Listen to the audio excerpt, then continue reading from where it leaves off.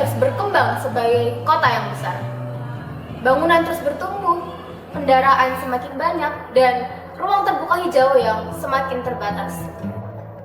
Pada saat yang sama, masyarakat juga merasakan hal yang sama. Kota ini semakin panas.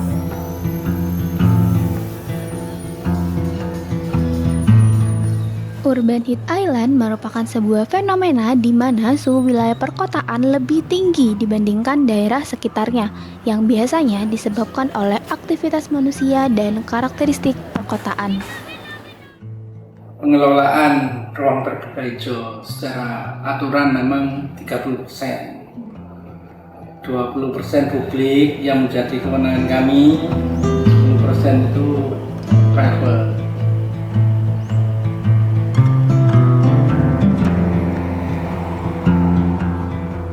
UHI itu memang terjadi di Indonesia, terjadi di Surabaya gitu.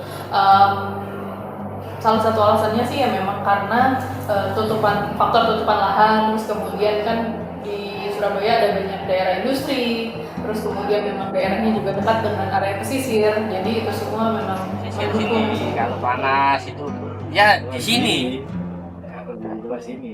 keluar ke rumah. Kan kalau di rumah kan udah panas, nggak ada angin. Kalau keluar kan dekat laut kan masih dapat angin.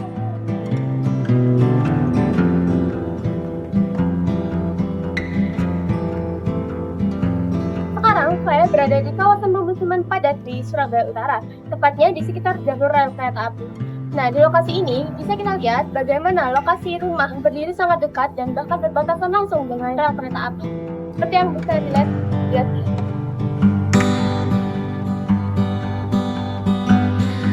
Beton, aspal, dan seng menyerap panas lalu memantulkannya kembali ke sekitar. Tapi minimnya vegetasi membuat panas tersimpan lebih lama, bahkan hingga malam hari. Yang menerima angin tuh kayak nggak rata gitu teman-teman, jadi kayak mungkin bangunannya juga yang dempet-dempet, nah itu yang bikin sirkulasi udara itu kayak lebih terhambat. Di kawasan padat, ruang terbuka hijau berperan dalam mengurangi panas yang sulit dihindari.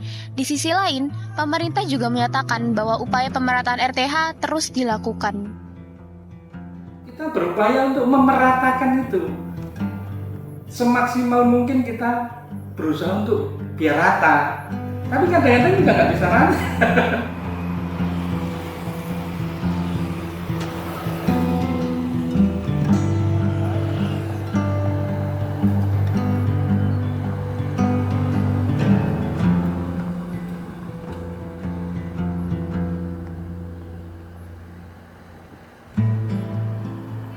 Jika dibandingkan di beberapa wilayah di Surabaya, kondisi lingkungan yang dirasakan oleh masyarakat bisa saja berbeda. Ternyata kan kami menemukan bahwa kelompok low income itu sebenarnya mereka struggling atau berjuang jauh lebih keras untuk menghadapi tingkat panas yang berlebihan ini gitu. Kenapa? Karena kan mereka tidak didukung dengan berbagai sumber daya ya.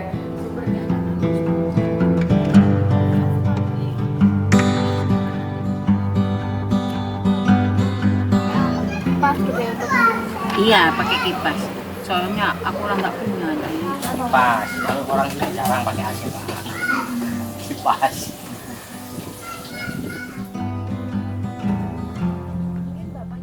Nah, terus kalau aku beradaptasi itu mau nggak mau pakai AC guys, karena mau siang, sore sampai ke malam tuh kadang masih panas. Jadi mau nggak mau di rumah atau misal kalau di rumah nggak ada AC, aku nggak mau harus keluar kayak ke mall atau kayak ke Mixu atau kemana biar kita tuh pakai AC karena cuma AC doang. Kalau pakai kipas nggak mempan. Nah, kalau di kamar sih biasanya aku nyalain AC ya, dan kalau enggak ya kipas gitu.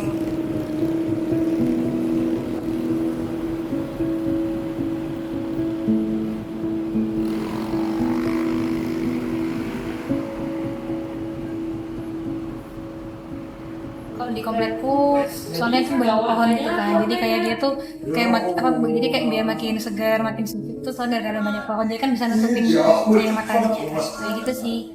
Kebetulan di tengah lapangan golf ini kan banyak pohon, jadi kita antisipasinya menjaga biar tetap fit ya kita ke pelabuhan.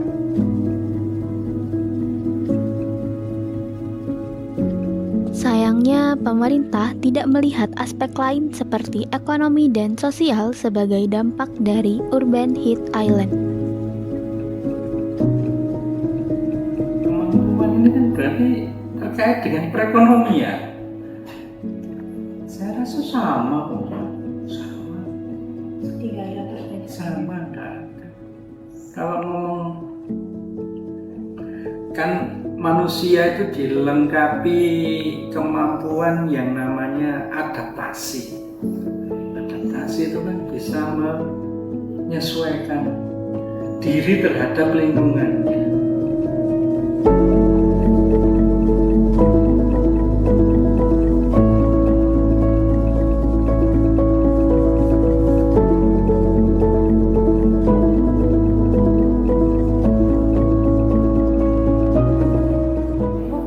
Soal masalah cuaca, panas yang terus meningkat bisa saja mempengaruhi kesehatan, produktivitas hingga kenyamanan hidup masyarakat. Tapi paparan panas berlebihan yang terjadi secara terus-menerus itu kan dampak kesehatan jangka panjangnya itu real. Misalnya apa? Ya dia akan memicu kanker, dia akan memicu berbagai penyakit infeksi, terus entah infeksi pernapasan dan berbagai infeksi lainnya. Bagi sebagian masyarakat, panas bukan hanya dirasakan, tetapi mulai mempengaruhi aktivitas dan kehidupan sehari-hari mereka. Sekarang panasnya full sampai menyengat nih. Kalau panas ya gimana ya agak linong mungkin. Kebiasaan gitu.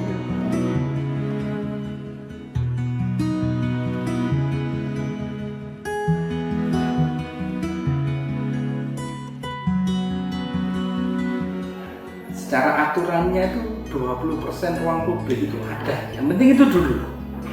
Yang penting goalnya itu untuk kesejahteraan masyarakat.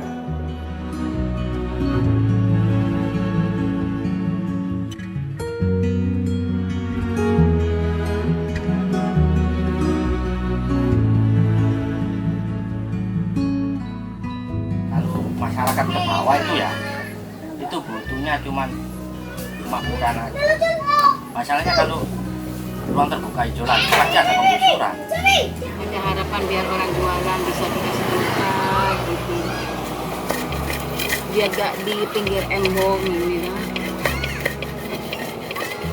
Soalnya pemerintah pembohong besar. Ayo aku bilang sekarang, pembohong besar. Aku dulu di sana katanya mau dikasih tempat diobrak. Takutnya nggak ada apa-apa, malah dilempar suruh sana, suruh beli ya malah, kan dikasih tempat di sana. Waktu di Suramadu. Iya, kan kasih tempat di sana. Itu suruh beli 3.500.000.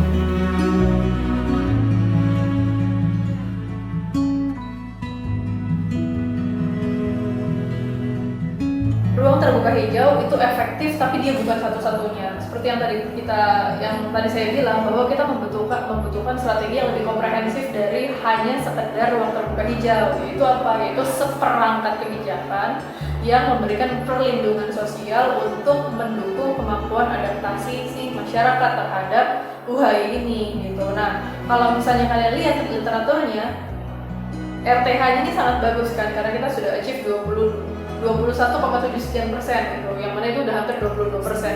Tapi kan di aspek komprehensifnya belum ada. Ketika sebagian orang bisa menghindari panas, ada sebagian lainnya yang harus hidup di dalamnya setiap hari. Dan mungkin masalah terbesar dari panas kota bukan soal suhu yang meningkat, tapi siapa yang harus menanggungnya.